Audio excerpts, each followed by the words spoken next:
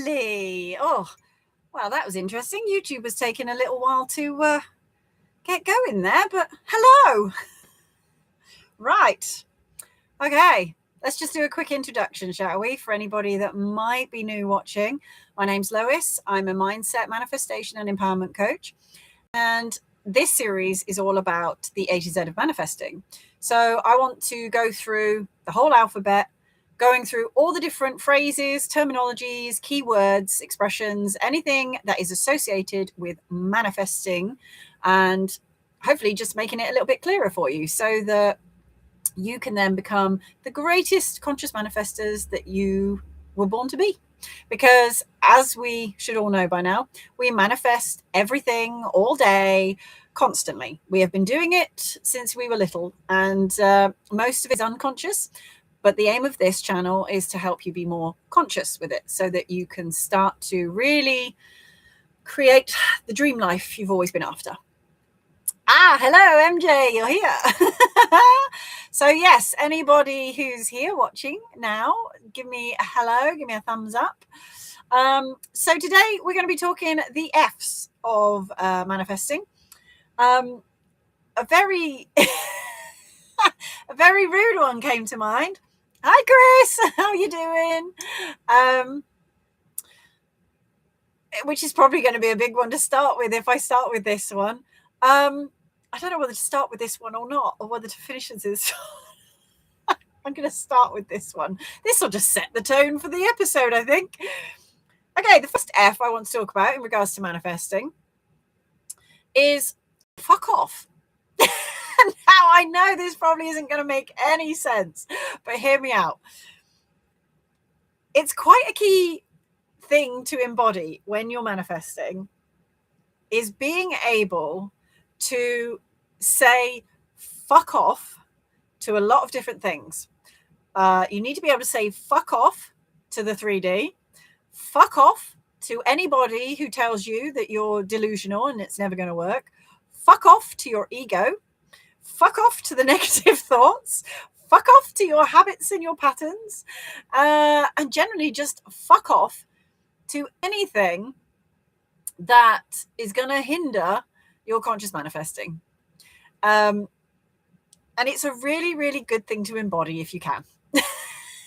So, yeah, exactly. Fuck the 3D, right? We can't ignore the 3D. We never ignore the 3D, but we can tell it to fuck off. We can see things. We can see the bills coming in. We can see that, this person's told us they don't want to be with us. We can see that our health might be having a bit of a blip, but we can still say, fuck off. This is not my reality. Let me go and change this. Fuck off to these bad thoughts. Fuck off to anything that does not align with my manifestation. So I really think it's actually a very important one, because the ability to tell people and things to fuck off. Oh, God, I sound like a chicken. Fuck off. So yeah, exactly. Anything low vibrational. Now, people think that when you're very spiritual and awakened, that, you're like this love and light being who's sitting on a fluffy cloud and, you're all peace, love and light. And you are. But that doesn't mean that you lose the human part of you. And it's actually quite a spiritual thing to be able to tell certain people and situations to fuck off if it is affecting you. If it's bringing you down, if it's negative, if it's oppressive, if it's anything that makes you feel bad, then it's quite frankly, I think it's quite a highly spiritual thing to do, to be able to say fuck off. So there you go. Number one in manifesting, learn the art of saying fuck off. So we got that one out of the way. I think that set the tone nicely. Right. Okay. Actually, Chris, I went through your list and there were quite a few that I already had on my list. So this is good. We're on the same wavelength here. Okay, I'm going to start with this is another crucial one. This is good in general, but in manifesting, I'll explain why it's important. It's forgiveness. So we can hold a lot of resentment and a lot of stories and a lot of baggage and a lot of bullshit around certain things that we might be manifesting. For example, if we're manifesting money or we're manifesting a specific person, There will always be a backstory.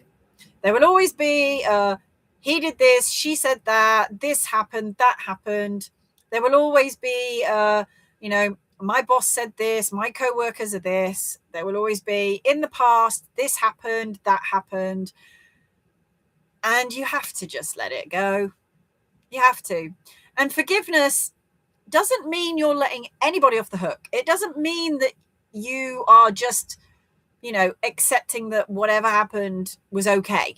If someone's hurt you or wronged you, then forgiveness isn't about saying, oh, it's okay, and letting them get away with it.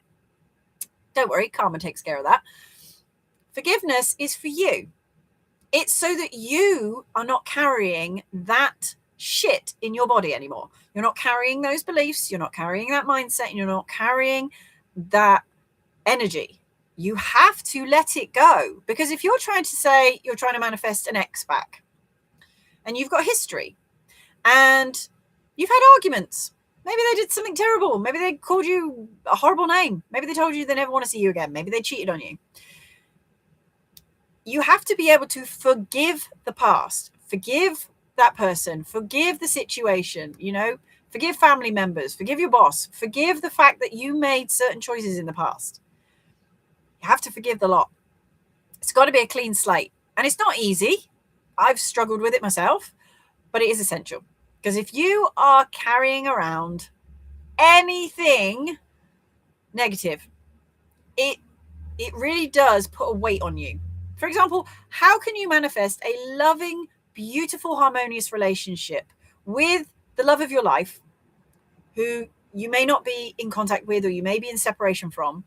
How can you manifest them back as the version of them who is loving, committed, and devoted to you if you are still carrying around the story that they're an asshole?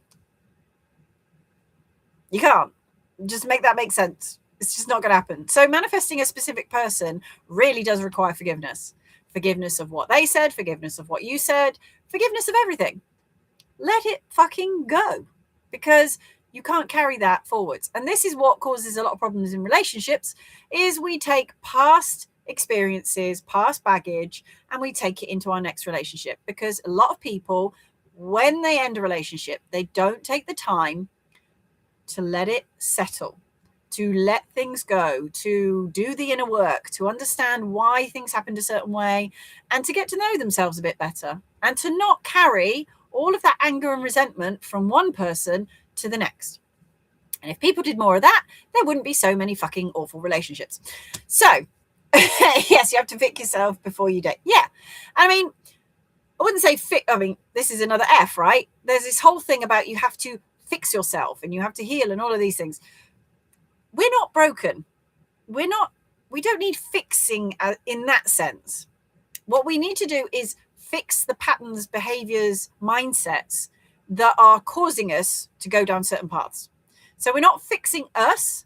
We're fixing the things around us, inside of us, that are going on in our minds, in our hearts, in our bodies, that are preventing us from moving forward. So I want to clear that, because a lot of people in the spiritual community and the healing things are all like, I need to fix myself. If I don't fix myself, I can't manifest. Yes, you fucking can. I have been an absolute wreck and I've still manifested everything I've wanted. So just putting that out there. So no, you don't have to be perfect. You don't have to be fixed. You don't have to be fully healed to manifest what you want. But I'll come on to other things like that in a minute. Okay, so forgiveness, very important. Okay, the next one, faith.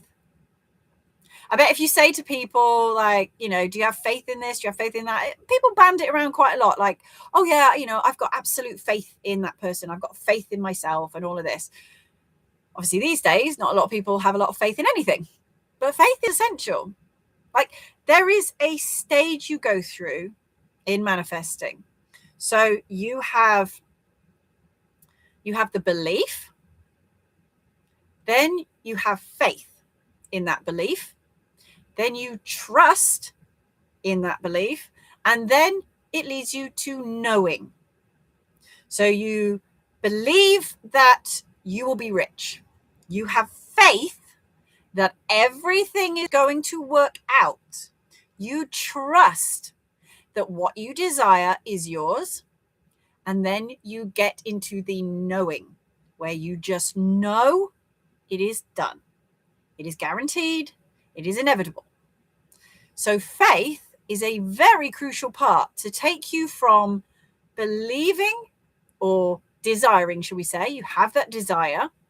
So you have to have a faith that it is yours, because you're in total contradiction to what you want. If you say, I want to be wealthy, but I have no faith in myself that that will happen. I want to be in this loving relationship with this person, but I don't have faith that it's going to work out. Well, guess what? You're going to manifest if that's the case. Yes.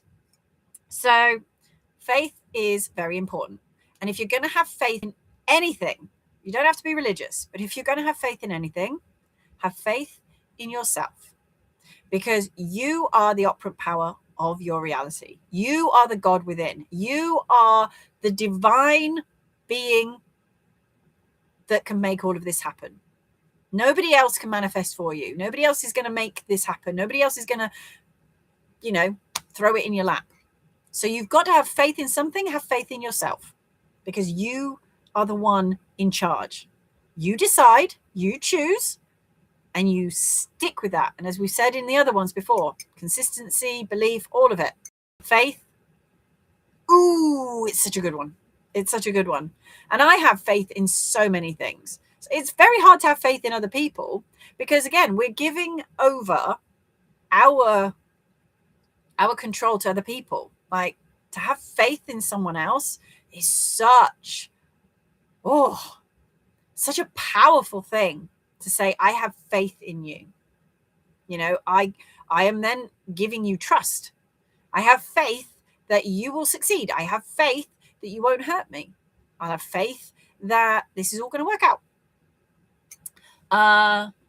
Life will still be lifting. Yeah. Faith is like trust, isn't it? Yeah, exactly. One leads to the other. If you have faith in something, you've got to trust in it. You can't say, I have faith in this, but I don't trust that it's going to happen. And this is what causes a lot of people to have hot and cold results, or the manifestation doesn't really fully evolve, is because they've got this wavering. They go from 1 minute they're trusting in it to the next minute they're not believing in it. And that's why I say fuck off to the 3D, because your 3D is just a reflection of what's going on inside of you. It's just a reflection of your mindset and your energy and what you're putting out there. So what you see in the 3D is like an echo. You look at it and you go, oh, okay, I can see this is happening. Okay, that matches with how I was being before. I don't really like this. So let me double down on being the version of me that I want to be. Let me double down on my beliefs, my trust, my faith. If that's what we think we are attracting, another to play with words. Yeah. Failure of that relationship if faith was not on board. Yeah, exactly. You've got to have faith. Otherwise you're just a fucking lost soul at the end of the day. So having faith is super important. Just faith in yourself. Believe in yourself, because everybody has got it within themselves to achieve great things. And when people say, oh, I don't believe, or I don't have any faith, what the fuck are you doing?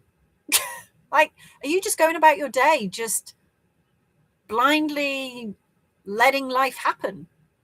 Just not giving a shit? Because I don't really want to live like that. So if you're going to have faith in anything, have faith in yourself. Okay, the next one.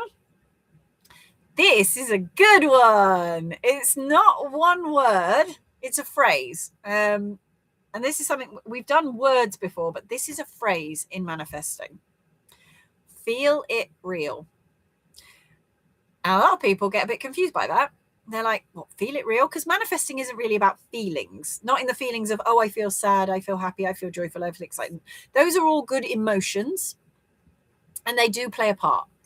But to feel it real means that you are embodying the state of already having what you want.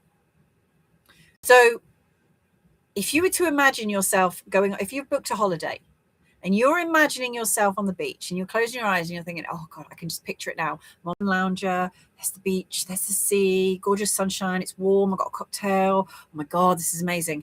That's feeling it real. Your imagination, your visualization, when you can see yourself there, you know, you think about the job opportunity. When you're sitting there imagining that person ringing you up or getting the email telling you you've got the job or you've got into university, when you are visualizing and imagining and picturing and being the version of you who has it, picturing that money coming into your account, seeing the bank balance on your phone, hearing the words from the person you love saying, I love you. I've always loved you. You're the love of my life. I want you and no one else. This is everything I've ever wanted. That is feeling it real. So that is all you need to do when it comes to manifesting. Feel it. Just be it. Be in it. Feel what it's like to have wealth, have abundance. What does it feel like to you to be rich? What does it feel like to you to be going on holiday? What does it feel like to be in love? And when you can feel it as though it's already here, that is your secret weapon. That's why they say it's like living in the end. People get confused, like living in the end. You don't live of the end or from the end. You're living in it. You already have it.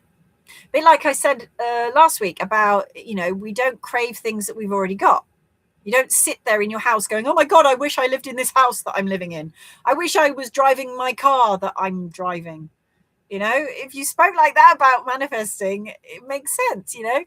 You only want things that you believe you don't already have. So embodying the state of already having it helps it to become realized in your reality. Let's catch up. Faith is a great one. I said feel. Yes, feel. So feel it real. Yeah, that's it. It's because people get caught up in their feelings, but emotional states don't really affect manifesting. The feeling part of it is the embodiment, and that's where visualizing and imagination is creation. That's where it becomes real, because when you can feel it, it's everything. That's where it begins, in here. Your heart draws it in. So being able to just imagine what it's like, when you hear all these people that make it, footballers, pop stars, actors, even astronauts, they will all tell you, I would sit in my room imagining what it would be like to do this. I used to picture it all the time. I mean, a really good manifestation one is actually Tom Holland, who played Spider-Man. When he was younger, he really wanted to play Spider-Man, and he used to pretend and imagine what it would be like. He used to imagine, how he would do this. He also had a big crush on Zendaya. And he said he used to imagine what it would be like to date her. What fucking happened to Tom Holland? He got the audition for Spider-Man, and he got it. And who was his leading lady? Zendaya. Who is he now married to? Zendaya. This is how manifestation works. Never how you fucking think. Always in the most unexpected, wonderful ways.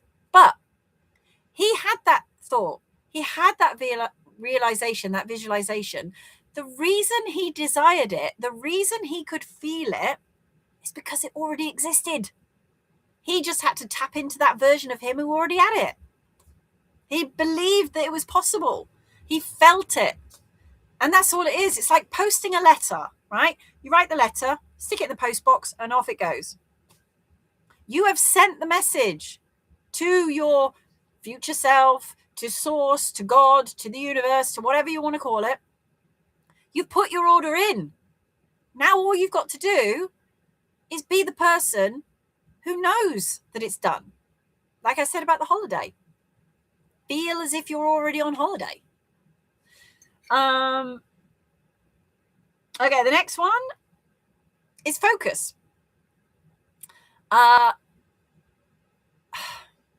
This isn't super important in terms of manifesting, but I think it's just important in life anyway. But this really helps because, as I mentioned in D's, discipline is a really good one. But focus allows you to shut out the noise. It allows you to kind of minimize distractions and really start to kind of go within and channel within yourself. When you can really focus on, like I said, your what and your why. What do you want? Why do you want it? When you stay really focused on your desires and your dreams and your goals, you do not let anything take you away. You do not let anything distract you.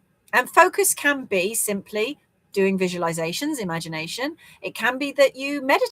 It could be that you do yoga and breath work. It could be that you spend a lot of time in nature. It can be that you just take a few minutes of every day to just sit still and just decompress and switch off. But that focus, it's more for your own sense of self, for your own stability, your own security. And actually, this focus kind of ties in with one that you put, which I didn't have on here, actually, Chris, which is foundation, because that is super important. If you've got a very stable foundation, it does make manifesting easier. So focusing on your foundation, the two kind of go hand in hand. By foundation, I kind of mean, where are you starting from in your manifesting? So if you are manifesting money and your foundation is lack and poverty, that is not the ideal foundation to be building on for wealth. So you've got to do some work on shifting that kind of lack poverty mindset. If you have a foundation that all relationships end in disaster, that is not going to be conducive to creating and manifesting a loving, fulfilling relationship. So your foundation really, really requires you to do the inner work. That's where the whole like fixing and healing thing comes in.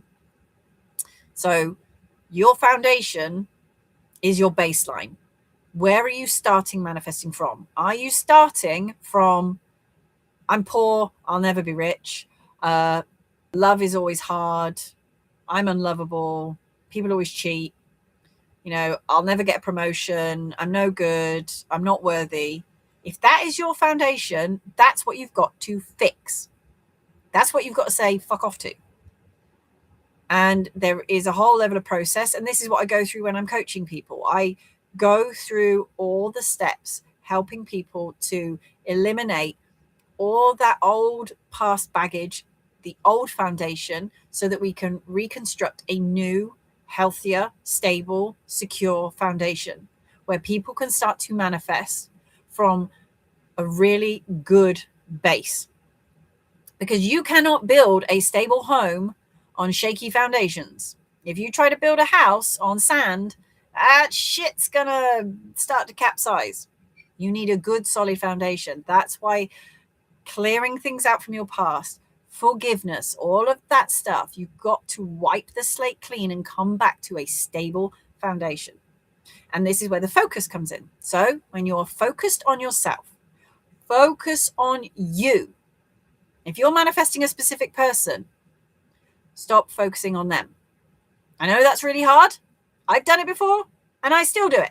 And I have to tell myself off. Because when you are focusing purely on the other person, you lose yourself. You lose your sense of self. And you are the main character of your story. You're the main character of your reality. You are the lead in this story. So if you are focusing on 3D, if you're focusing on what the other person's doing, if you're focusing on who said what and who did what, you've lost yourself. Focus on you. Focus on who you are being. Focus on what you are thinking, what you are feeling, how you are carrying yourself, what you are projecting, what are you being triggered by. Focus on your inner work. That is crucial. When you focus on yourself, you will start to build a very stable foundation from which you can then level up from. And it is a step-by-step process. You go from a lack mindset of money's really hard to come by, I'm never going to be rich because my whole family's been poor and I live in a, bed sit and whatever. to I am becoming wealthier. I am becoming the version of me who knows money is limitless. Money is always available. And this is the thing at the moment, right? All these elites and all this bullshit going on, all these like, super duper billionaires, all of these people, they want to convince you money is limited. Like even now with the whole fuel thing, I mean, F fuel, okay? This whole fuel thing, putting the prices up, it's bullshit. They want to make money out of you. They can't just ramp the prices up by 10, 20p just willy-nilly, because that would cause an absolute riot. So what do they have to do it? They have to create chaos. They have to create a situation by which they can up the price. Do you notice how in every pandemic or in every kind of war, if that's what you want to call it, they're all in cahoots with each other. This is all staged, right? I'm not going to go fully into it, but this is all planned bullshit. Because who is really winning in all of this? The fuel companies. And who's in charge of the fuel companies? The rich elite billionaires. And who doesn't want you to get better? Who doesn't want you to become rich? Who doesn't want you to elevate yourself? Who doesn't want you to rise up? Who doesn't want you to become conscious and aware of all the fuckery that's going on? The people at the top. It's obvious. You don't want millions and millions and billions of people on the planet to become rich and wealthy and abundant and joyful and happy, because you can't control a nation who is free. You can only control people who are in fear and worry and doubt and anxiety. That is why they divide us. That's why they create these bloody stories of division. This is why we've got this like men and women hating each other. How perfect a solution. Let's get men and women to hate each other. Then we'll create all this friction.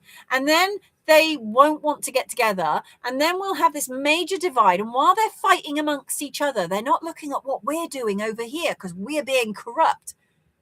I mean, there are people out there who are still believing the governments, who are just riddled with pedophiles and sex offenders and narcissists and manipulators, and they're still going, oh, but they say we must do this, we must have digital ID, and we must do this, and we must pay these prices, and we must follow. Come on. There's a few thousand of them. There's fucking billions of us. Can you not see who's really got the power in all of this? We have. But we have to come together to do that. And they know that. They know that if we all come together in solidarity, if you've got a healthy, happy, loving home, you don't have misguided children. You don't have wayward souls. You don't have boys out there who are easy to brainwash. You don't have girls out there who are easy to manipulate. When you've got a solid, stable foundation, you are unfuckable with. And that's the point here. When you have a solid foundation in yourself, no one can fuck with you. No one can push you around or manipulate you. And you cannot be controlled. So the more people that wake the fuck up, the more people that say fuck off to anything that does not align with their desires, and the more people that start to work on themselves and become stable and secure in themselves and learn to work together, the better this whole planet will be. But that's a side note. I feel love for a partner, but never felt it from a partner. Must be a great feeling. I was always on edge in relationships, was always uncomfortable. I feel complete on my own. Well, this is a thing. So you never felt love from a partner,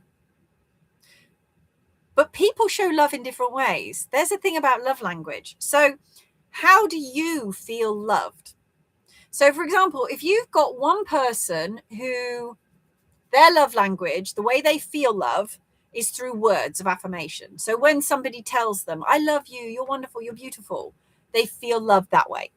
Someone else, it could be acts of service. It could be when you do nice things for them. That's how they feel love. But most people speak to each other in their own love languages, not each other's. So, for example, Chris, If your love language was affirmations and my love language was acts of service, I need to tell you that I love you, and I need to express with words, I think you're amazing, I think you're wonderful, and then you'll feel loved. And you need to do good things for me and kind things and gestures, like, you just bought something for me that you knew I wanted, or you helped me out on a project that I was struggling with, and that made me feel loved. That is why a lot of people get crossed wires in relationships, and then they start getting angry at each other and they get upset with each other because they're not speaking each other's love language. So important that you get to know your person and say, how do you feel love? Like, what makes you feel loved by a person? And they'll tell you. And then that's what you need to do for that person to make them feel loved. So if you never felt love from a partner, that can actually just be your own belief. That's because you maybe didn't see that what they were doing was loving, because it wasn't your language. So a lot of the times we totally misread things. I've done it before. I've thought someone didn't care because they didn't show it. They weren't affectionate.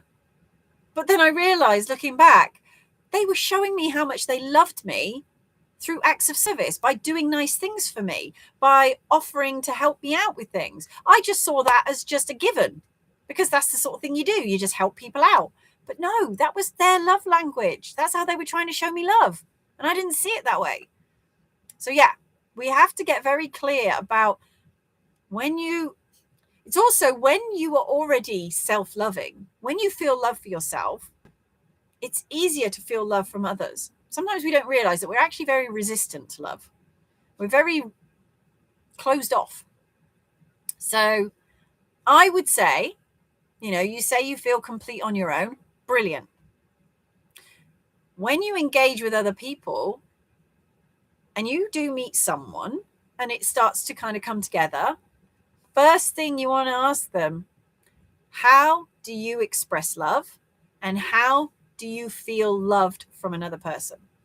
Have that conversation. I wish everybody did have that conversation. When you learn each other's love language, it makes life so much easier. When we focus, it's easier to F off, and when we F off, offers us the ability to focus. But it does, because you've got to fuck off all the distraction. You got to fuck off the noise. Sit quietly in a room for 5 minutes. When the 3D is showing you the opposite results, or it's showing you things you don't want, you are manifesting money, and all you seem to be getting is just endless bills and things breaking and people being assholes. In that moment, that is when you need to shut out the noise. Go and sit in your car somewhere. Go and hide in your bedroom. Go and sit on the top of a hill, far away from anybody, and just sit still and breathe and come back to yourself. Focus on yourself. Focus. How am I feeling right now? Let me just do a check-in with myself. How am I feeling? I'm feeling anxious. I'm feeling angry. I'm feeling pissed. I'm feeling upset. Why? Who are you angry at? What are you angry at? Why are you upset? Why are you pissed? I feel angry because this feels unfair. It feels unjustified. I'm sick and tired of this always happening. Okay. So now I know that my mindset is fixed on lack. I know that I'm going back down that rabbit hole into the old version of me where everything was unfair, but I am in charge of my reality. I am the one who decides how my fucking life goes. I'm the one in charge. So what am I deciding right now? Am I deciding to be this person who's going to sit here and cry about it? Or am I deciding to go back into my trust and my faith? Am I the one that's going to go back into my visualization? I'm the one that's going to go back into trust and saying, okay, no, let me go back into what I desire. I am wealthy. I am abundant. I am powerful. I am the creator of my reality. I know I've got this. Whatever's happening in my 3D right now is just an old identity dying out. It's just an old reality that's playing out. So I'm just going to ignore it. I'm just going to let it happen. I'm not going to get engaged in it. I'm not going to get tangled up in it. I'm just going to go through my day, and I'm just going to just clear out the noise, and I'm just going to focus on me, how I'm feeling, what I'm thinking, what am I doing, how am I behaving. I'm going to focus on me, and that will just clear it out. That's why they promote division. Yeah, exactly. Yeah, they do. They want us divided, because divided we fall, united we stand, right? United we stand, divided we fall. They need to keep people separate, because when we come together, we're powerful, right? You see it all the time. Communes, societies, when they come together, they create more abundance, more joy, more success, more love, more happiness. You can't be controlled when you're fucking happy. I've always believed in finding a woman, having kids, and settling down. I will always believe that. Good. The system is trying to stop us from doing right. So, believe in that. Now you have to embody it. Be the version of you who already has it. So you see yourself like, oh my God, I'm Chris. Like, I'm an awesome dad. Like, I've got dad material written all over me. My perfect partner is on their way to me right now. So I've got to prepare myself. Think of it as preparation. I've got to prepare myself to be the partner who I would want to date. So how do I need to show up? Start thinking about when I said to you, making a list of the kind of characteristics that you want in your ideal partner. What are they like? Are they kind? Are they funny? Are they intelligent? Do they like science? Do they like movies? Start building a picture of your ideal person, and then be the match to that. Who are you being? Be your best self, and that person will enter into your life. And there is no time limit, because this is the thing. A lot of people get scared, even when they reach later on in life. But there are so many people who have met their perfect partner and had kids in a whirlwind of in 12 months, they met the person, got married and had a kid. That's how fast it can happen. Reality changes like that. Every single second of every single day, things are just changing like that. But we don't always see it. But it's happening. Every given moment, something is shifting, something is changing. Every time you are changing your internal dialogue and your internal story, your 3D is starting to match. So that's why embodiment is the key here. So have that belief, stay in that, visualize it. But now you need to become the partner who's going to attract that person into your life. Start to become the man that you know you would be if you had a child. What kind of dad would you be? Become that. What kind of partner are you? Become that. Be that. Embody it. And that starts to get the wheels in motion. And then once you get into that state of embodiment, the knowing sinks in and you're just like, oh my God, I just feel it. Like, my person is on their way to me right now. My person is right here. They're literally like the other side. I did a video earlier. I think MJ saw it. And the example was, you're in your garden and your neighbor's on the other side of the fence, and there's a fence between you, and you can't see what's in their garden. You can only see what's in your garden. And you're looking around, and your neighbor's on the other side saying, guess what? I've got that car you wanted. I've got your perfect partner. I've got bags and bags of cash. I've got everything that you wanted on this side of the fence. But all you can see is a fence, and all you can see is your garden. And you're like, well, I don't see shit. I just see a fence in my garden. I'm not seeing all of these things that you say that I've got. But your neighbor is there going, no, it's here. I've got it all here, right here for you. It's here if you want it. And you're like, yeah, but I don't see it. So I don't believe that it's there. This is that embodiment of going, cool, my stuff's there. Brilliant. Excellent. Bring it over. Because if you're not able to receive what you're asking for, you're putting that fence up. When you're looking at the fence and the absence of it, you're keeping that wall between you and your manifestation. It's like I say, if you won the lottery ring you up and they say, hey, you've just won the Euro Millions. You are now £15 million richer, but you've got to wait 6 months before we can pay that money in your account. It's guaranteed, but you got to wait 6 months. Who would you be for the next 6 months? Are you going to be a miserable bastard? Are you going to be angry and upset with life? Are you going to be depressed and anxious? Or are you going to be happy, joyful, excited, compassionate, loving, more generous? Are you going to be more warm to people? Are you literally going to wake up in the morning with a skip in your step because you know in 6 months you've got £15 million going to be in your bank? That is living in the end of it's already done. It's just not physically here yet. It's already happened. It's just not arrived in your reality yet. So yeah, that's that part. So yeah, that's a good one. Practice now. Okay, next one. Fear. Huge block for a lot of people. But it doesn't always get in the way of your manifestation. I've manifested things that I wanted, even when I had doubts, even when I had fears, even when I had fucking existential crisis and a breakdown. I still manifested what I wanted. The reason fear is an issue is because it affects you personally.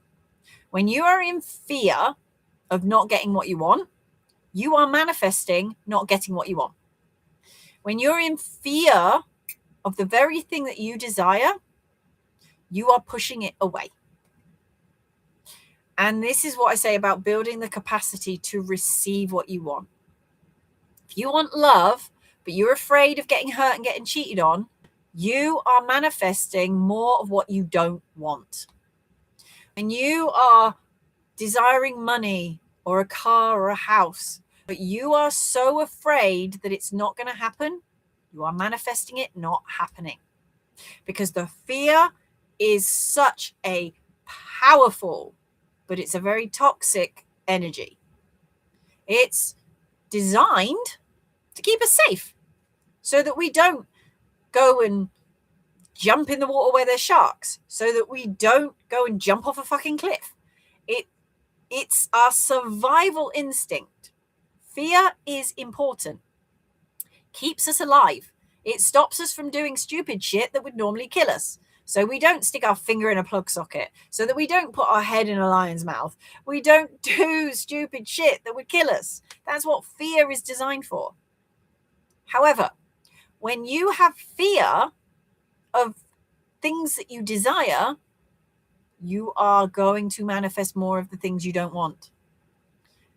How can you desire love and commitment when you're afraid that that person's going to shit on you and they're going to leave you? How can you desire wealth when you fear that it's all going to go to shit and you're going to lose it? How can you fear, getting the house of your dreams? But so many people are afraid of actually getting what they want. And the number one reason for this, they're not prepared to receive it again. So if you are afraid that when you get your manifestation, it's going to leave, that's your work. Work on overcoming that fear of it leaving and becoming more secure, more confident. Start to build up your capacity to receive it, believing and knowing and trusting, and healing those parts of you that feel you're not good enough or that love's going to leave you. Why do you feel that love's going to leave you? It's usually a child wound. So go and look at that. Start healing that so that you can become the version of you who never gets left. Why would anybody leave you? Why would anybody cheat on you? Why? And this happens so much in the specific person manifesting. They manifest their person. They want their person. They get their person back. And then it all goes to shit again because they haven't dealt with the fear that that person's going to leave. And so then that person leaves. They have a fear that the person's going to cheat on them. And guess what? The person cheats on them. So this is what most people have done their whole lives. We manifest our fears. We don't manifest our desires because we get so focused on the fears and being afraid of having what we want and then losing it. And guess what we manifest? We manifest losing it.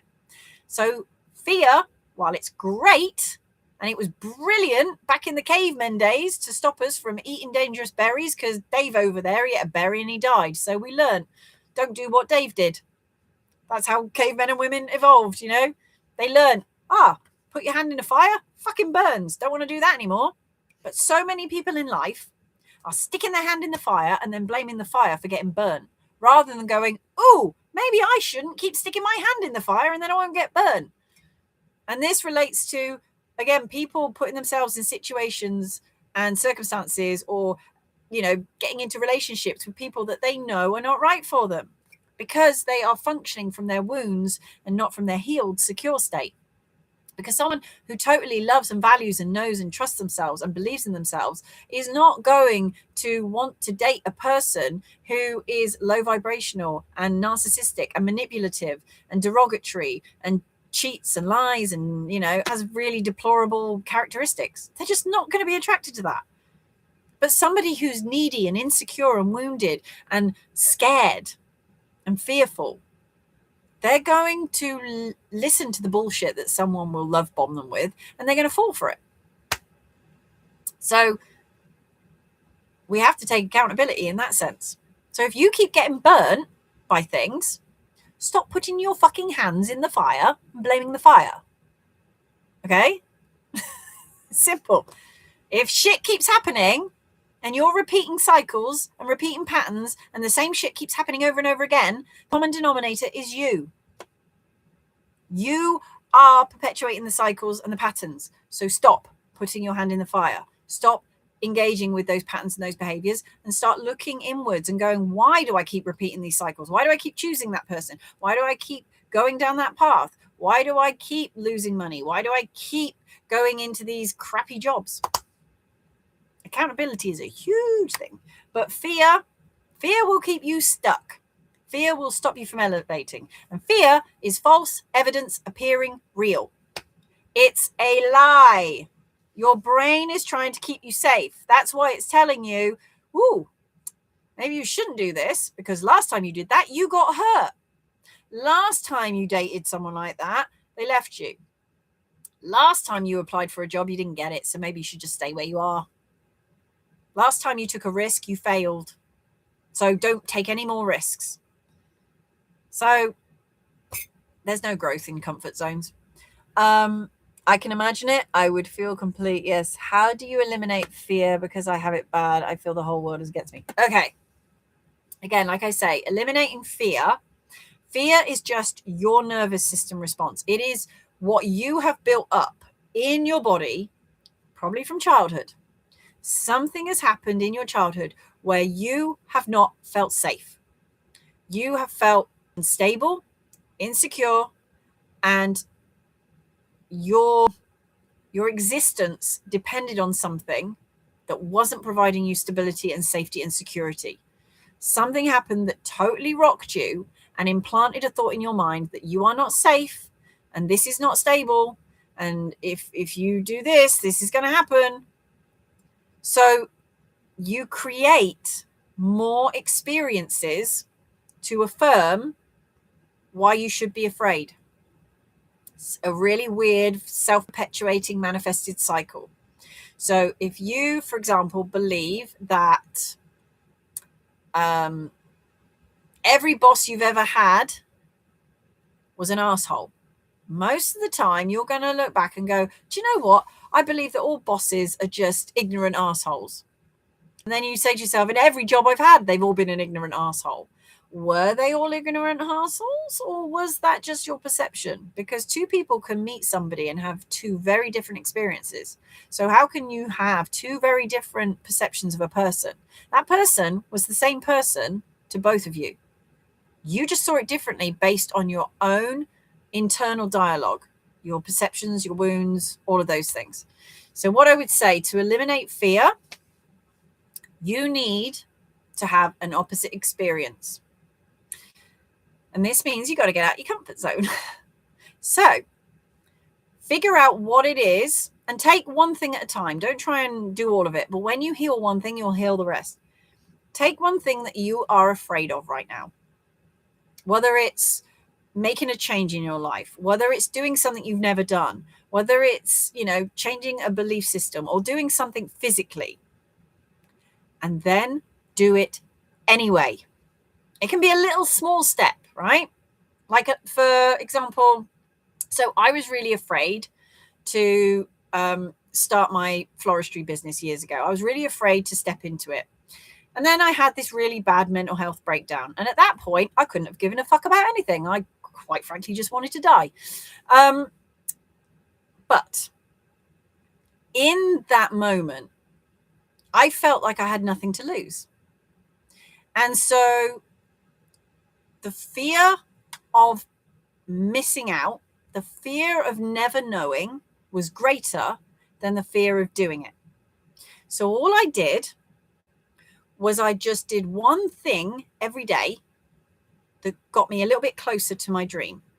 So one day I would maybe do a little bit of research about how to set up a business. The next day I would phone the council and ask them, who did I need to speak to about setting up a business from home? Then I would maybe find some other people online who were already doing it. And I would send them a message and say, hey, I'm thinking of starting my business. I just wondered if you had any advice. And you start to build up confidence. You start to build up a new reality that is supporting you, that makes you feel safe and makes you feel more stable and secure. And the more you start to then develop experiences that are more positive and more affirming and more stable and secure, the less fear you will have of doing the thing. So you have to take little steps, little baby steps in the direction of what you're afraid of. So it's a bit like aversion therapy. If you're scared of spiders, you start small. First, you might look at pictures of spiders. Then you might look at videos of spiders, because maybe it's the movement that scares you. And then you will start to maybe look at a real life spider, like a money spider. Then you maybe look at one that's a little bit bigger. And this could be at a distance. And then you get a little bit closer to one. And you build up until eventually you're able to hold a tarantula in your hand, because you've overcome whatever it was you thought that thing represented. Like, how can you be scared of a teeny tiny little spider that can't hurt you? What is it about the spider that scares you? Oh, it moves funny. It doesn't look nice. But the perception's all wrong.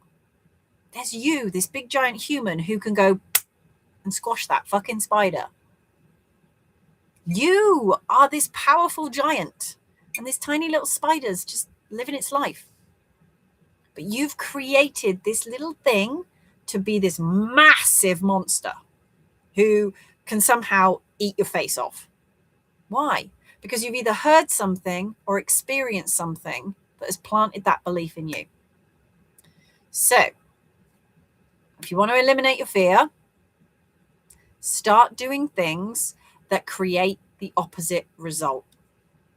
So find something that you're afraid of and start taking little steps that go against the fear, that start to affirm that actually whatever you thought you were afraid of, it's not actually that big a deal.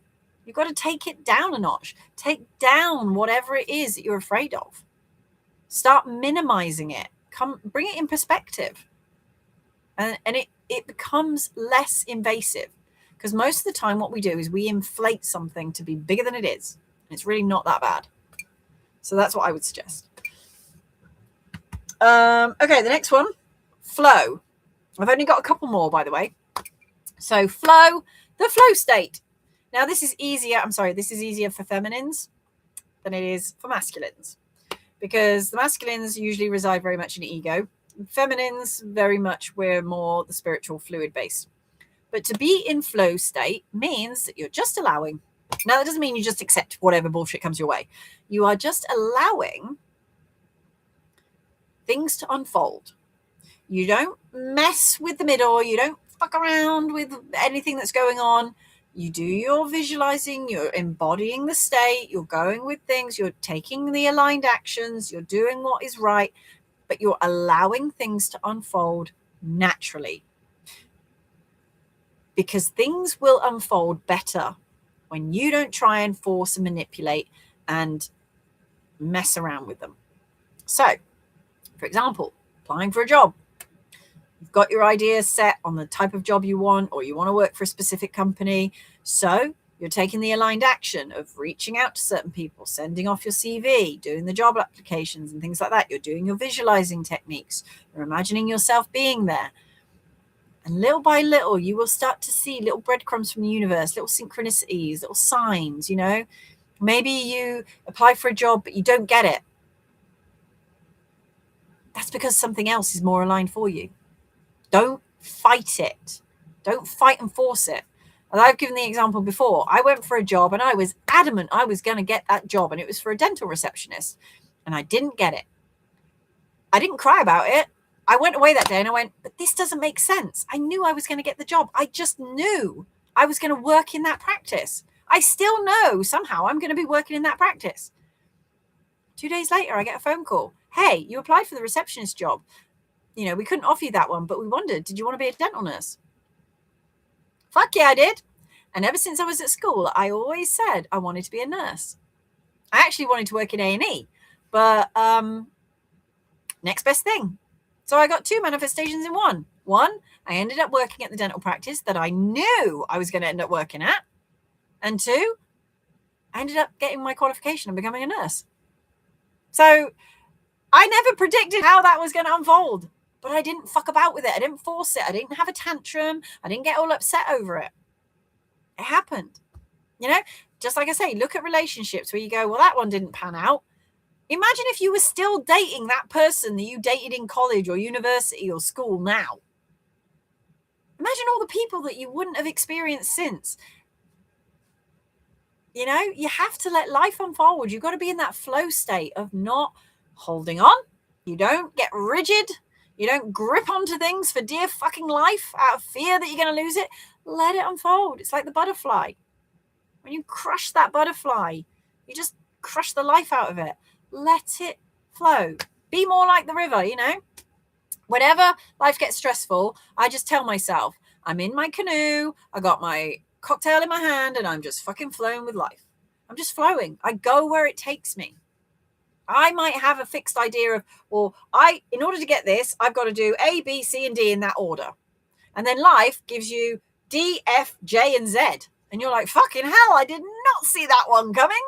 And doesn't it make it all the more fun when it happens, when you least expect it, when it happens in a way that you never could have imagined? It always works out better. So flow is literally just allowing things to naturally unfold and happen. Don't get too upset about it. I know it happens. I do it. When you get stressed by the 3D, when you're getting upset and your manifestation, you think everything's gone to shit,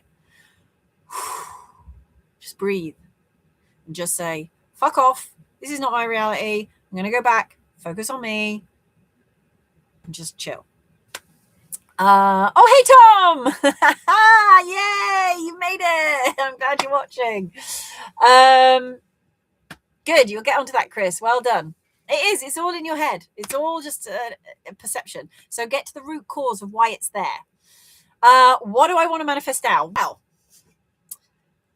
I'd like to get over this bloody 500 subscribers hump that I've been stuck at for months. Yeah, I'd like to easily just project into 1,000. I am manifesting a specific person. I've actually been manifesting a few little things to do with my coaching business. And as I said, I've just been allowing, I've not been forcing it. And I went through a period where we call it the void state, where nothing happens. It's all just like, it feels like nothing's happening. Like bills started to come in. I started getting parking fines and penalty notices for traffic, things that are contraventions that I done. And I was just like, what the fuck is happening? I stopped winning money on the premium bonds. I wasn't getting invited out to places. My social life started to dry up. And it just felt like life really was going. And I went, sod this. So I just retreated back into myself and I just stayed back into my trust. And I went, it's all going to work out. This is the pause. This is the preparation before shit gets real. So I just stayed in trust. And in the last couple of weeks, I cannot tell you, so much has unfolded. So many opportunities have been coming my way. So many amazing things have been happening, and it's all just happened naturally. I didn't do anything. It came to me because I was a vibrational match to it. So yeah, things in my business I'm manifesting. I'm manifesting that I will be the first millionaire in my family. Yeah, I'm manifesting a beautiful, harmonious relationship. But the thing is, I'm manifesting all day, every day. We all are. Maybe I can only watch you live. Wow, you get to watch me live. What could be better than that? Well, actually, what could be better than that is that I want to do real life in-person workshops and retreats. And I've put this out there that I want to do some retreats actually specifically designed just for men. But I'll happily do like mixed workshops. I've got a few that are actually coming up, which I manifested. So now I'm manifesting getting bums on seats for that. So yeah, I would love to do real life workshops and be able to travel the country and do those. Have I moved again? I'm always moving. I'm in my motorhome, so I'm all over the place anyway. But that's actually the biggest one that I'm manifesting right now. And I have done for the last few years, but I sort of took a bit of a break from it. I'm manifesting getting some land and having some little dwarf pygmy goats and creating my retreat, my self-sustainable communal living, where I can build a community. And I want to be able to run workshops and things for special needs children and people with mental health issues, where they can come and basically take some time out and they can, you know, be with the animals. They can just relax in nature. We can go on walks and we can learn about, you know, different things. And I run different workshops that help people to just decompress from life. And also if they're going through awakenings and things like that. And yeah, that's what I really, really would love to do. So that's what I'm manifesting. That's my big one at the minute. So yeah, that's the big one. Okay, next one, fulfillment. Whew, you mentioned this as well, Chris. Fulfillment is one of the most beautiful things you can get to, but you don't really get to fulfillment until, hang on, hold on. I'm going to subscribe with my other channel. So unless the algorithm is completely fixed, it should be at 500. Well, I think there must be bots because I was at 499. Then it went down to 498 again, and it's been stuck at 498 for about 3 months, and it's pissing me off. But it's okay because I'll just let it go.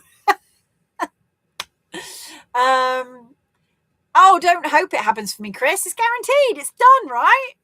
I've manifested it. It's already in existence because I couldn't desire it if it already wasn't available. If it wasn't a possibility, I wouldn't already want it. So the fact that I'm desiring it means it's already done. So I don't have to hope. I just know. Yeah, fulfillment is that internal state of, I don't want to say bliss, but it's that internal feeling of, that's the best way to describe fulfillment. It's just, you're just satisfied. You're just content. You just feel nourished. You feel at peace.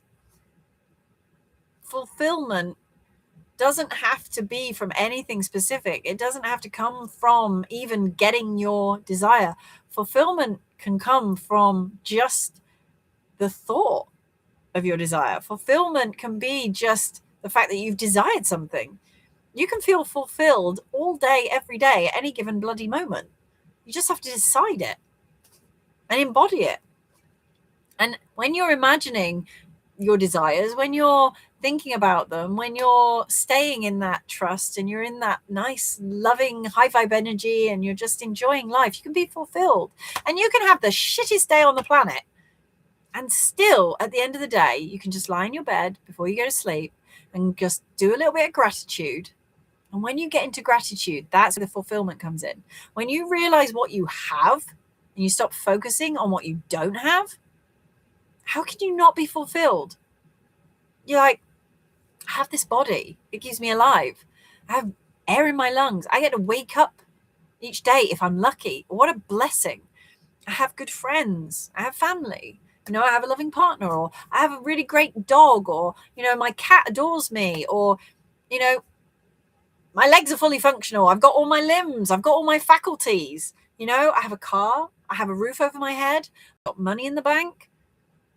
How can you not be fulfilled with that? So whenever we're reaching for a desire or a goal, sometimes we start to get in that lack mentality again of focusing on the fact that we don't have it yet. But if you focus on the fact of, this is what I already have, how amazing, this thing is just a bonus. This thing isn't going to make me any more complete or any more fulfilled. I just want it because I want it. And because I want it, it's already mine. So be fulfilled in that knowing that I have this desire. How cool is that? I have this desire and it's happening. It's already happening. And the moment I literally thought of it, the universe went, done. That's instant manifestation. Instant manifestation happens in you. The moment you settle into the knowingness and the feeling of it's done, it's done. That's instant. Okay, the next one, frequency, another one that Chris mentioned. It took 2 years to get to 45 subscribers. Yeah, I have to say, the first few months were fucking agony. I think I was on about I went up to 145 and I stuck there for ages. And then right before Christmas, I got really hard into my manifesting, and I just, every night before bed, I visualized getting 500 subscribers. And in 1 week, I went from about 145 subscribers to 300. I doubled my subscribers in 1 week, which was more than I had done in the previous 6 months. So just visualize it. Visualize turning on your computer, going into your channel, and whatever number you're picturing, see it. See it there every day. Just go, oh my God, I've just got so many more subscribers. Oh my God, this is amazing. How wonderful. And even just saying that, go, how wonderful it is that every day I get more and more subscribers. And even when you look at it and it hasn't changed, just look at it and go, oh, it just hasn't refreshed yet. It just hasn't updated yet. It'll update soon. That's all you got to do. So yeah, just keep doing that. So frequency. It's kind of similar to vibration, but frequency and vibration is, so everything carries a vibration, everything carries a frequency. When we are kind of tuned into that frequency, that is almost like opening up this channel that allows it to start going. It allows the energy to get moving. It allows momentum to keep going. So everything has a frequency. Love, hate, anger, frustration, abundance, money, it all has a frequency. There are things you can listen to that are a certain frequency. It also affects you physically. Your DNA, your physiology, your biology is affected by frequencies. It's been tried, it's been tested, it's scientifically and medically proven. When you surround yourself with a certain frequency, it affects every cell in your body. So when you are in a frequency of pain, anger, frustration, hurt, depression, anxiety, all of these things, that energy has to go somewhere. And if you suppress it, you're pushing that energy inside yourself. All of that negative energy just gets condensed. And that becomes illness. That becomes disease because you have a dis-ease in your body.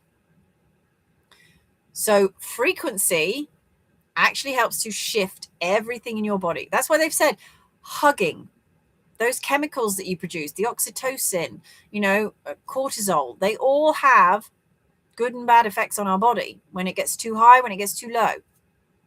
So hugging, kissing actually changes you physically. So the more we do of that, the better. So there's certain frequencies that you can listen to if you want to do this while you're manifesting.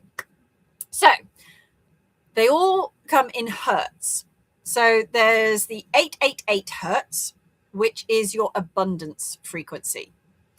Then there's 432 hertz, which is nature's frequency. That is the frequency of peace.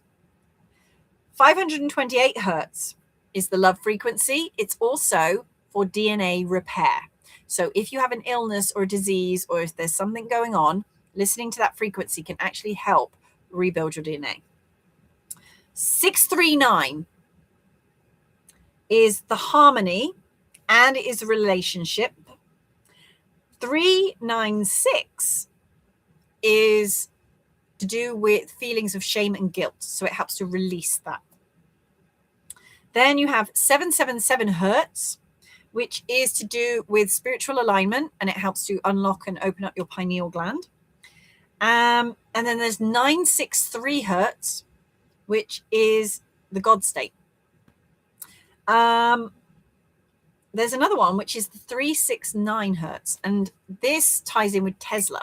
Tesla was obsessed with the number sequence 369 because it appears so much in sacred geometry, in nature, and he claimed that 369 frequency was your direct current, your direct link to source energy, to the all that is, to universe, to God, to source, to whatever you want to call it.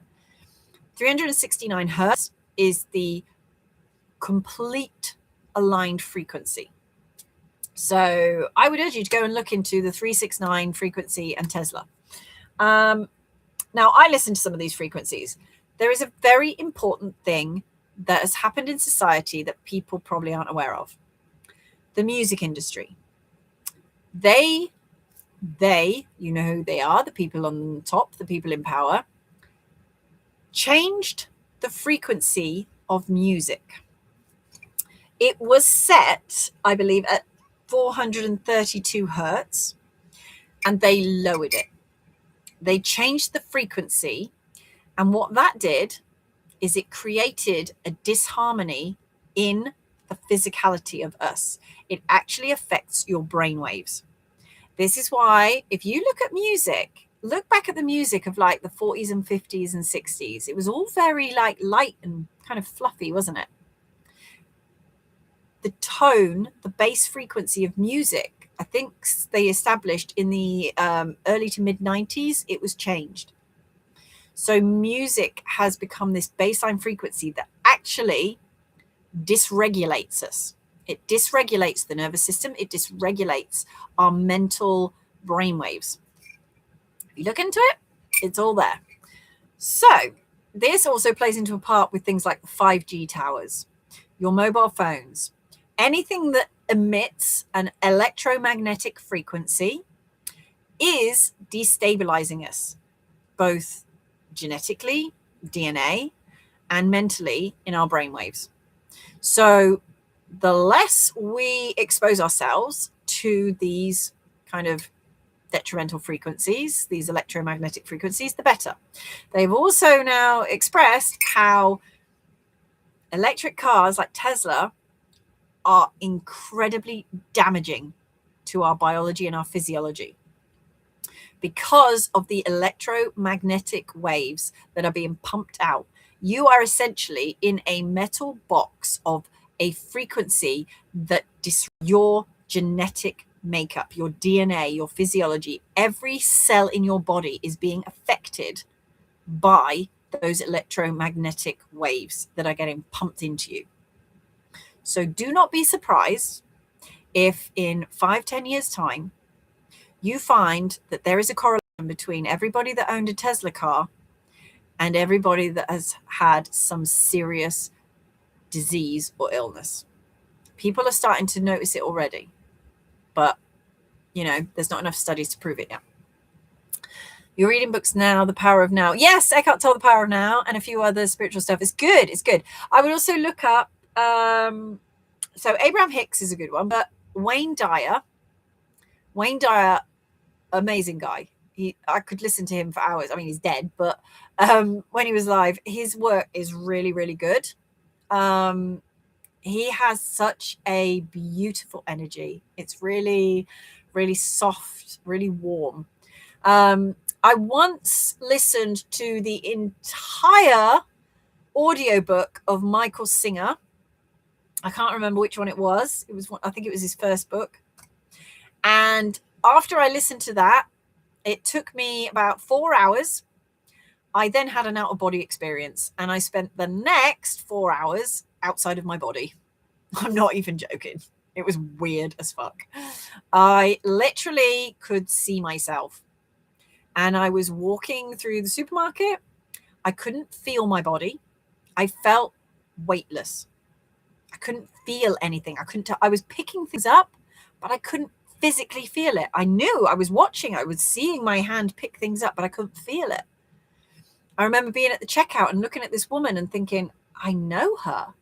And as I was looking at her, I had these images in my mind of two children sat arguing and the dad losing his mind, just being like, oh, for fuck's sake, when your mum gets home. And as she was packing her stuff up and I was unloading the conveyor belt, her phone rang. And I heard her just saying, just let them watch it. Yeah, I'll be home in a minute, and I'm just getting everything from the shop. I'll be home in a minute. Just let them watch what they want to watch. Okay, but if they're arguing, just look, I'll be home in a minute. And she got frustrated and she put her phone down and she just thought, oh, and the checkout woman was like, you all right? And she said, yeah, that was my husband. He said the kids are fighting again. Literally just seconds before, I had that visualization of a man with these two kids fighting, arguing. And she got the call to say her husband was stressed because the two kids were arguing. I cannot tell you how trippy that experience was. And I've done magic mushrooms, and that was probably the most trippiest experience I've had. There was no standard tuning before 440 was chosen as standard. Well, there we go. Yeah, the music was good in the 40s and 50s and 60s, and the rap now. Well, again, you look at the terminology they're using in all these rap songs. It's all derogatory. It's all, wanting to shoot people, fucking do horrible things for women. It's just disgusting. Yeah. People listen to it. I think people must be suffering from some form of illness before they buy any.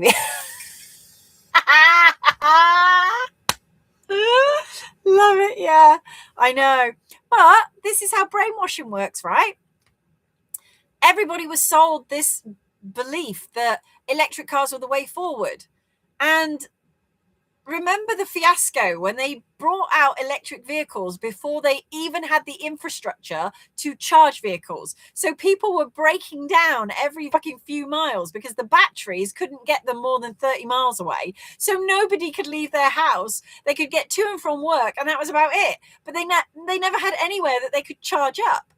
Now we've obviously got EV stations all over the place, so people can charge up everywhere. But still, the batteries have got a little bit better, but people are still limited by it, and it makes me laugh. I was even speaking to a council worker the other day, and the council here have changed all their waste trucks to electric vehicles. The guy said he charged it was all fully charged in the morning, and they do an 8-hour day, and he said they left at like sort of 8:30. By midday, it had broken down because it had run out of battery and they had to get it repaired. So, and the other thing with Teslas, you can't just tow a Tesla because you'll break it. It has to have a special mechanism to get it towed. So they've done all these things that just make life difficult. It's not making life easier. It's making life difficult. But there we go. I won't touch an EV. I've had the same car for 21 years. Bloody hell, Chris. How have you managed that? It must be like the Flintstone vehicle. EVs do, yeah, they make you sick. So, yeah, there we go. Electromagnetic waves. And you'll get people that go, oh, energy's not real. Energy doesn't exist.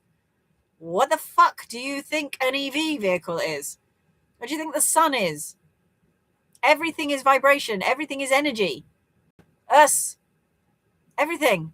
Even the chair, everything has energy. But yeah, some people won't buy into it, but there we go. Okay, the last one I'm going to do, I think this is a nice one to end on, is freedom.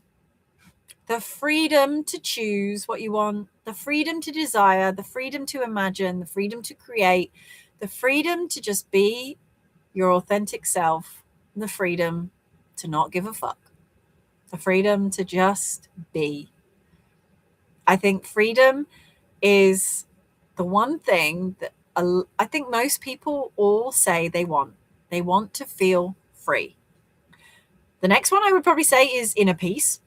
A lot of people that are in pain just say they just want the pain to stop, and the pain is all up here. Freedom is what I think everybody is looking for.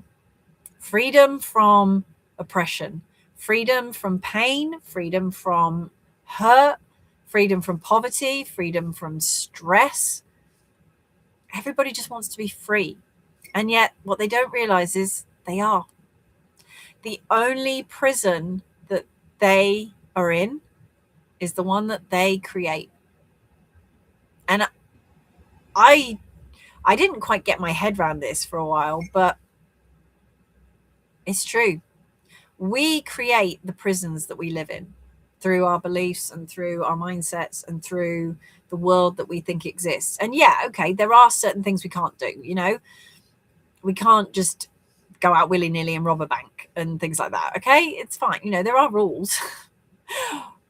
But we can still feel free. We can still be free. Like, even though I know there's a lot going on for people with, you know, this cost of living, it's entrapment. It's entrapment at the highest level.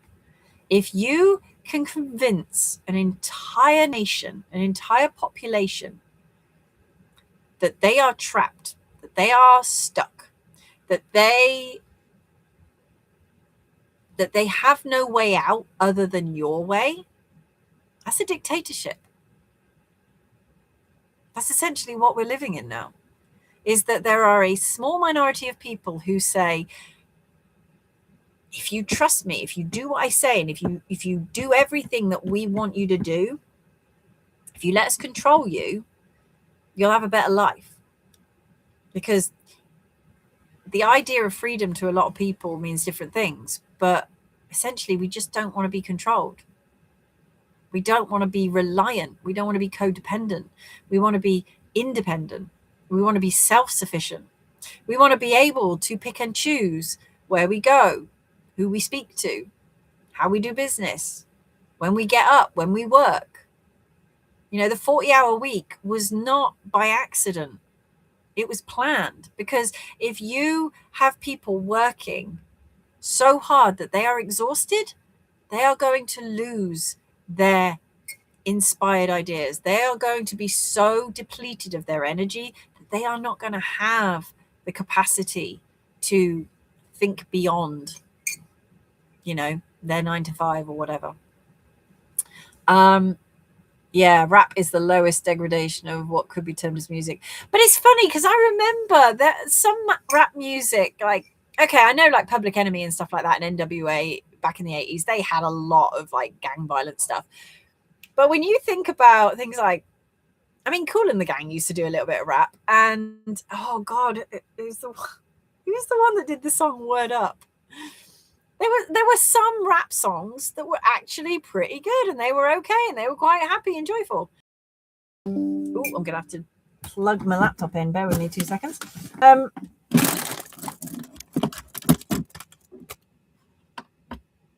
that on. Make sure it doesn't die. Yeah. So, but they changed it.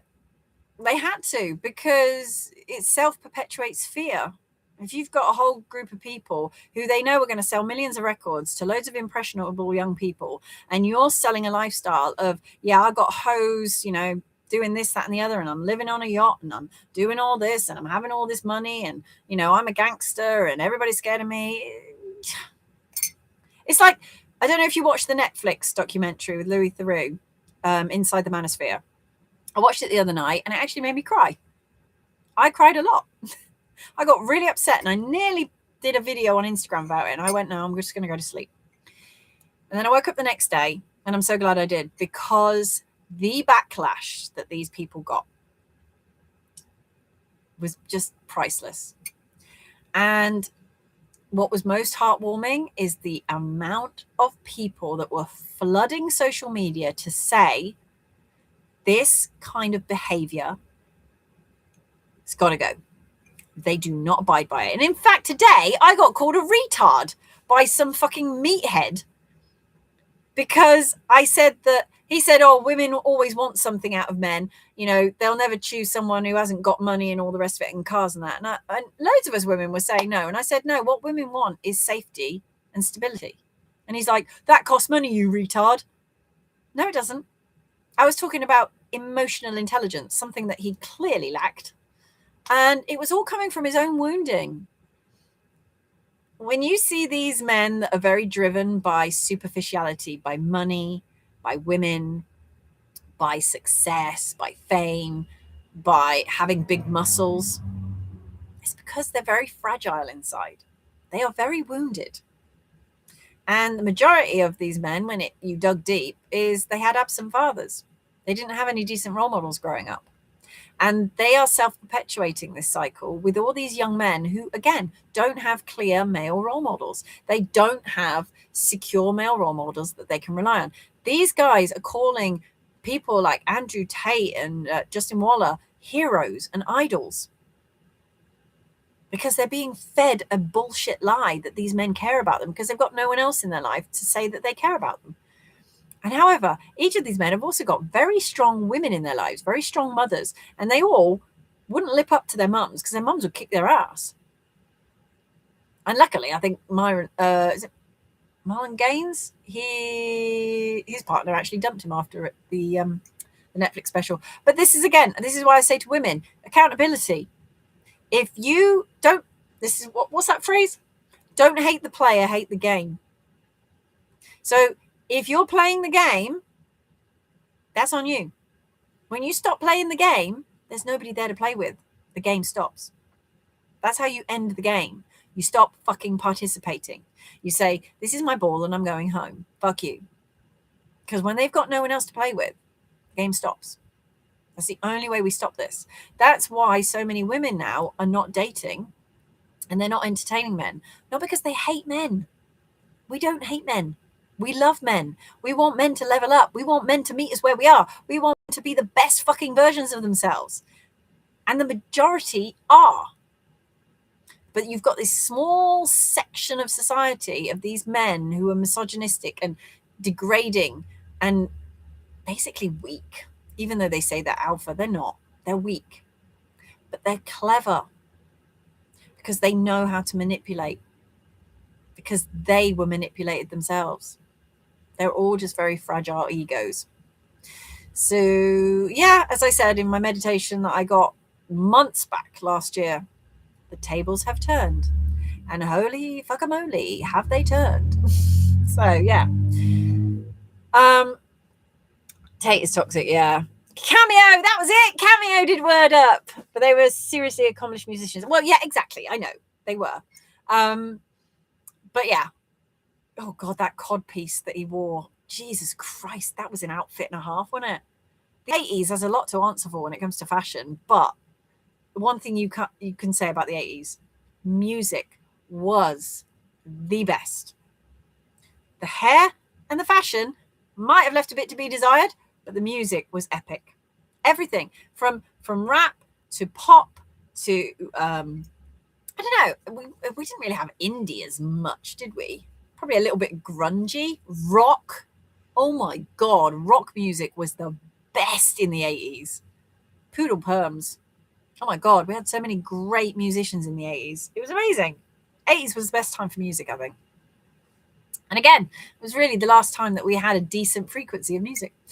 Yeah, a lot of people on dating sites, and I won't touch it. I like to meet in real life. Yes. But this is the thing. Even on, listen, I'm not saying that women are innocent by any means. There are some shitty women out there. I've spoken to a lot of men who they've been ghosted. They've had women show them interest and then they disappear. So it's not a man versus woman thing. It's a humanity thing. It's just a people thing. There are people down here on a low vibration, and then there are people in the middle, and then there are people up here. And if you're someone who's high vibrational and you mix with someone who's low vibrational, you feel it. That shit feels uncomfortable.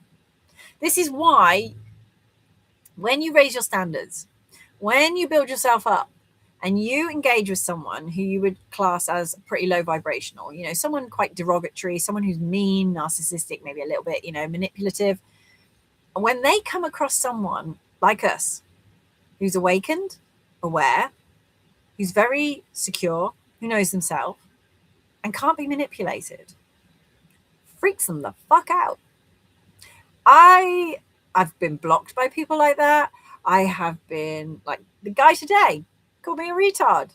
He even made some derogatory comment about me apparently being on my period because I was getting upset. I mean, come on. That's like playground stuff. I was just like, oh dear, you poor, poor, deluded, wounded little boy. And I just laughed. I mean, I was like, wow, they walk among us. But thankfully, they are a dying breed because, again, this is evolution. If you don't level up, you don't procreate. And if you don't procreate, your lineage dies out. There is a very good reason that people are not procreating with these types. Unfortunately, some of them are. But the less that women engage with these types of men, the less that women entertain these men, the less chance that these men procreate. And when they don't procreate, we don't perpetuate the cycle. But this is why we need to come together. We need more stable homes. We need more men and women working together. Men and women need each other. I don't care what anybody says. That is the harmony. Otherwise, why the fuck are there two of each species? It's called balance. Men and women, masculine, feminine. We all have masculine and feminine in each of us. Men and women need each other because we all bring something special. We all have equal qualities. And when we work together, we accomplish so much more. So I'm trying to convince, well, I'm not convincing anyone to be her. I'm working with women to help empower them in a way that stops them blaming men, hating men, because it's not all men. It's only a small minority of men that are doing some really fucking deplorable things. However, men have to understand that women have been fucking oppressed for millennia. 50 years ago, women were allowed to get mortgages without the permission of their fathers or their husbands. Just 50 years ago, women were allowed to get their own mortgages. Prior to that, we had husbands that could put their wives in insane asylums if they accused their husbands of cheating. Women could be sectioned for no fucking good reason other than the husband was able to sign the papers and it was allowed. We got burned at the stake for being witches, for fuck's sake. We were healers. Women were healers. We were oracles. We were wisdoms. We were fortune tellers, whatever, psychics. That kind of power scared the fuck out of people. And so the best way you can do that is you oppress those people. You manipulate them. You make them think that they're weaker. That's why they call women the weaker sex. We're not weaker by any means. We've never been weak. But everybody was fed that line. We ended up just having to go along with it. This is the Great Awakening. The Great Awakening is understanding that men and women both have amazing qualities. And when they come together and they work together and they harmonize, it is fucking powerful. That is how you change this world. I don't care whether my lineage ends. Oh, Tom, you were a musician during the 80s. You don't look old enough to remember that time, Lois. Oh, get away with you, Tom. You bloody sweet talker. Bet you say that to all the girls. Yeah, I am old enough to remember the 80s. I do remember listening to I had a little yellow Sony Walkman. Oh, God, I treasured that thing. It had the bright orange like headphones as well. It was brilliant. I loved the 80s. Rah-rah skirts, polka dots, fucking poodle perms, big hoop earrings. Oh my God. I loved it. Absolutely loved it. But yeah, the weird thing is, I tend to find that if you look back at photos, don't you find that people in the 80s looked much older? Like when you look at like the yearbooks of celebrities and that, you look at them and you think, Jesus Christ, that person looked about 50 when they were 18. And it's just, yeah, it's funny. Amazing. What did you play then as a musician? Was it guitar or were you a drummer? I can imagine you were a drummer. They're always trouble. Oh, I think it's a shame if your lineage ends. We need the good ones to procreate. We need good guys to keep this going, not the dodgy ones. Not that I'm telling you to put it about it, but women were allowed to have mortgages, but that was nothing to do with equality. It was economics. Well, I mean, yes and no. But then you also have to consider that women didn't have the same opportunities that men did. So we were very reliant on men financially.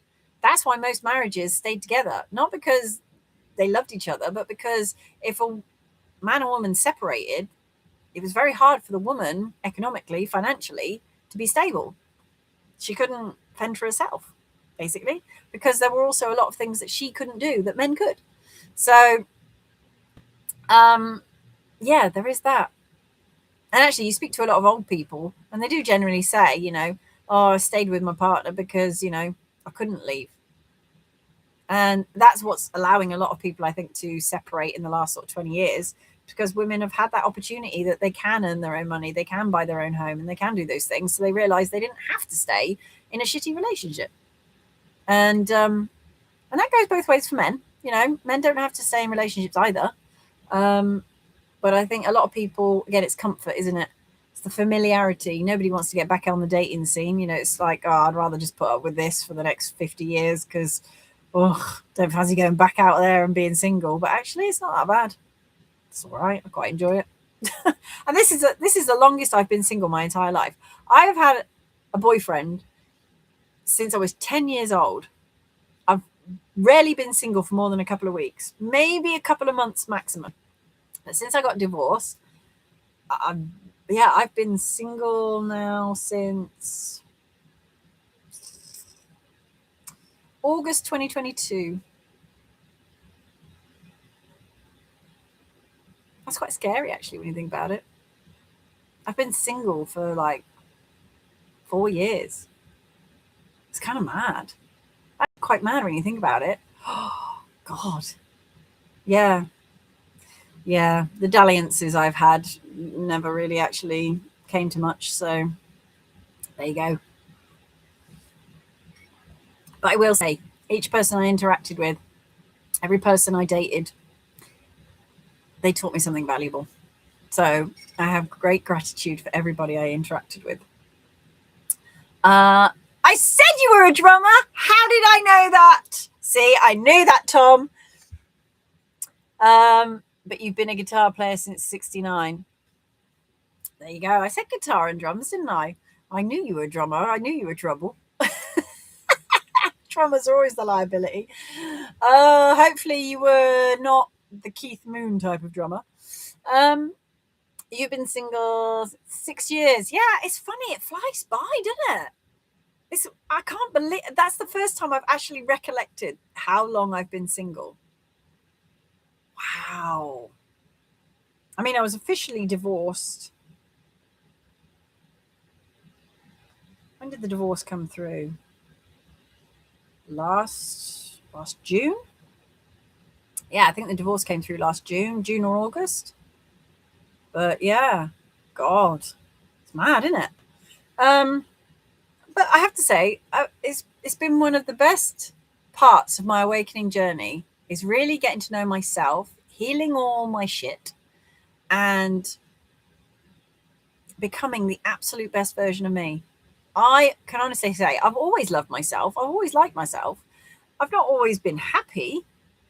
I've had some pretty shit experiences in life, which for most people, when I tell them what I've been through, they're like, how can you be so bubbly and so positive and so upbeat about things? But what was the other option? I mean, it didn't stop me having 3 mental health crises, but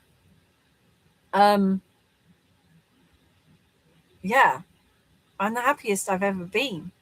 And I'm the most content and fulfilled I've ever been. I am in the best I'm in the best energy of my life.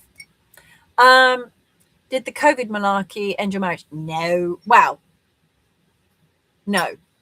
But it was the catalyst for me realizing I had to get out. There was many other things. I wasn't happy in it for a while, but when I distinctly remember when they said like everybody has to stay at home, and I remember thinking, oh my God, I'm going to have to spend every day with this person.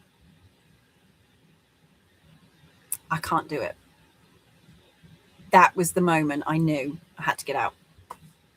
So I think COVID ended a lot of marriages for that reason. Because you think about it, most people, they spend 8 hours a day at work.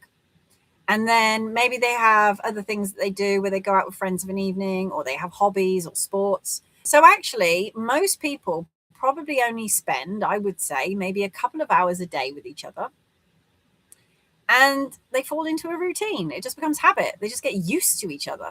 They become roommates almost. There's very few relationships, I think, that stay, that have that kind of that same romance and passion and love, because a lot of people just don't work at it.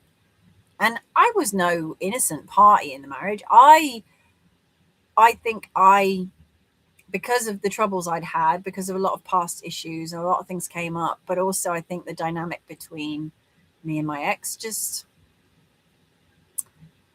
the weird thing is when I met him, I knew 100% he was the man I was going to marry and I was going to have a child with him. I knew it 100%. There was no doubt in my mind.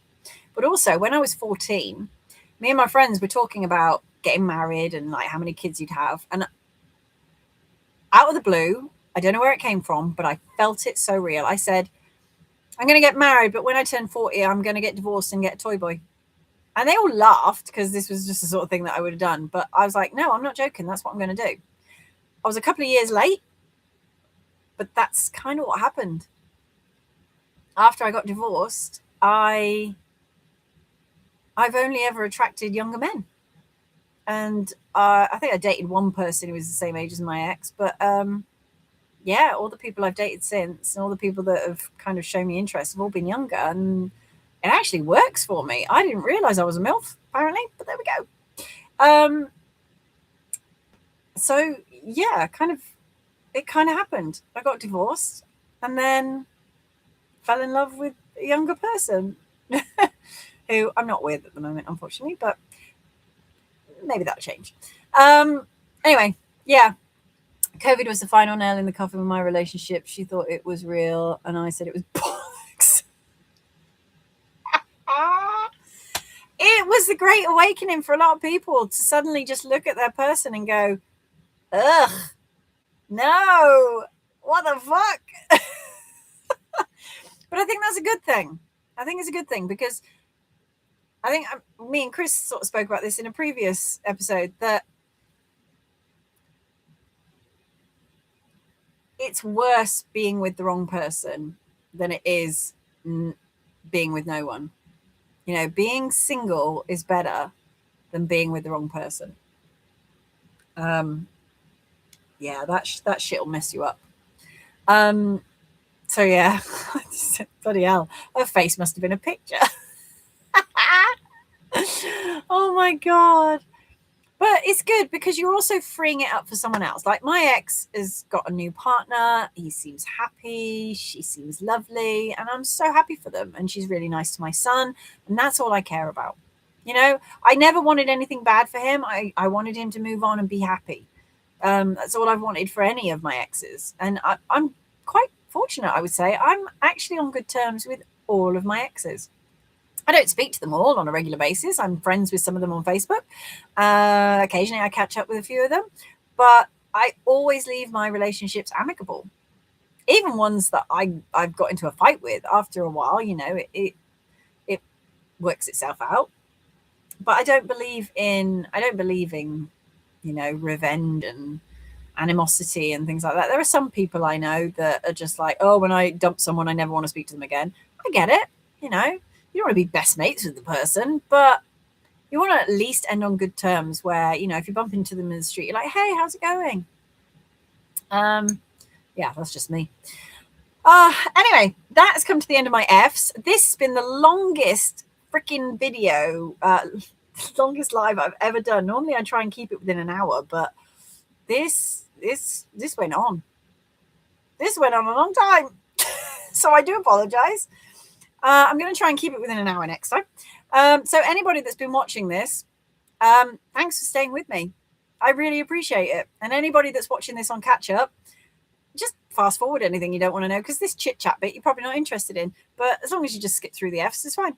And I hope you've learned something. I hope it's made sense. And I'm going to affirm that you are all now even clearer in your manifestation journeys, and whatever it is that you have set a desire on, just know it's already done. Just stay in flow, live with that fulfilled energy, feel it real, and be free. Peace. So yeah, right, I'm going to leave it here, guys, because I want to go to bed. So I'm going to speak to you all in next week's episode where we are on G. So yeah, once again, Chris and Tom, anybody else, if you've got any G's that you can think of to do with manifesting that you want me to discuss, then pop them in the comment section and I will read them before next week. And I will see you. If I don't see you before, I'll see you next week. And fingers crossed, by then I might have 500 subscribers. Yay! That's right. I'll catch you all soon. Take care. Mwah. Love you all. Bye.